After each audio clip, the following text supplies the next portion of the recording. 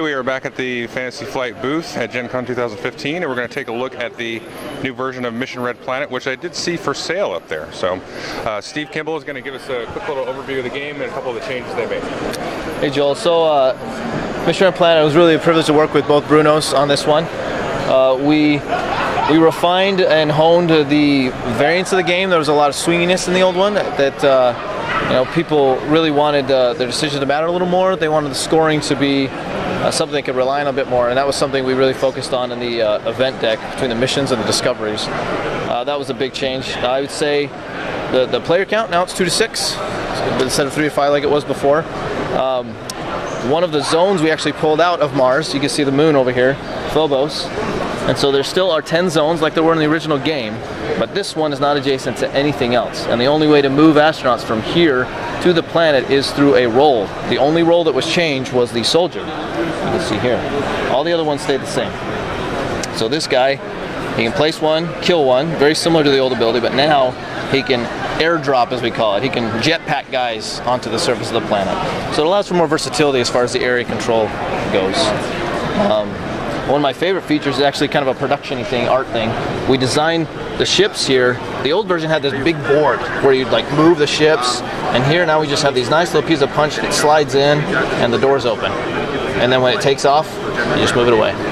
Very little elegant solution. Of course, you can see our little cute little Martian sculpt there.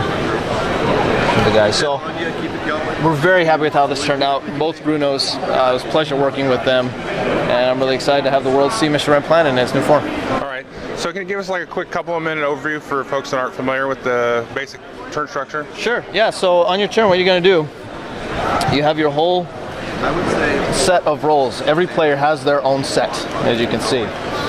So what you're going to do is you're going to choose one, and when you choose one, it is gone for the game until you choose to use the recruiter, and the recruiter allows you to get all the ones you use back. So one of the big decisions of the game is, when do I spend recruiter? When do I use it? And he also comes back, so you can play him multiple times to try and get people back if you think that's worth your while. So you're going to choose one of your roles and put it face down. Everybody does their own thing. As soon as everybody's face down, okay, ready? 9. We do a countdown to launch. We start. We say, okay, 9. Any 9s? All right. Any 8s? Oh yeah, 2 people had 8. Okay, in turn order. You go first. Okay, then you go. All right, now we're into 7, and you continue going down the order like that. As soon as everybody has gone and done their role, then which astronauts get put out, and sometimes ships launch. Any launch ships, then we put guys on the planet, depending on where the destination was. So this guy would be put on Mars Serpentis if it took off, and then any places, let's say he were to arrive there on Mars Serpentis, we flip it over and oh look, that is Celerium. That is one of the new resources found on Mars. That's the one that's worth 3 points here, as you can see. There's Celerium, Sylvanite, and ice in the form of water in the form of ice. So that is what happens when you land. You reveal what the resource is, and you continue to the next round. There are 10 rounds in the game, and you track it like that. This just passes around to the next player, and these are scoring rounds here. This tells you how many point tokens get put out. So let's say I would have landed there on round 5. Now we're going to score. All face-up tokens will get 1 point token of the corresponding resource. So that guy goes out, and whoever has majority gets it. If there's a tie, it stays for future rounds. Okay. So there's incentive for you to try and jockey for position, even if you don't win it. And then you'll go through a couple more rounds, and now 2 get put out, every single one.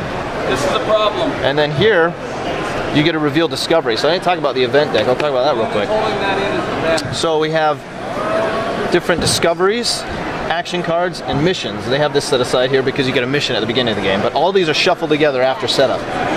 Missions have secret objectives like, get in certain areas of the board or collect certain resources. Discoveries are a little different.